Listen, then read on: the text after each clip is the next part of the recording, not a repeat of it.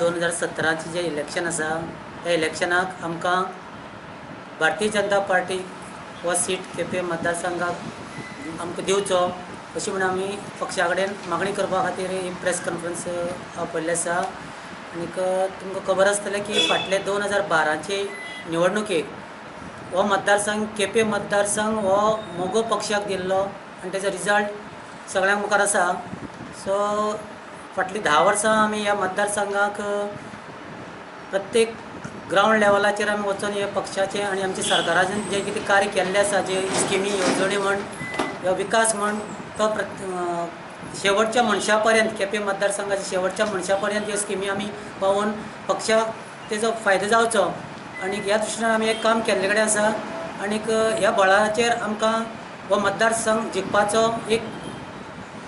आस आमकां निर्माण जाल्ल्या एक आनीक सगळे कार्यकर्ते हो मतदारसंघ जिखपाक आनी पक्षाचो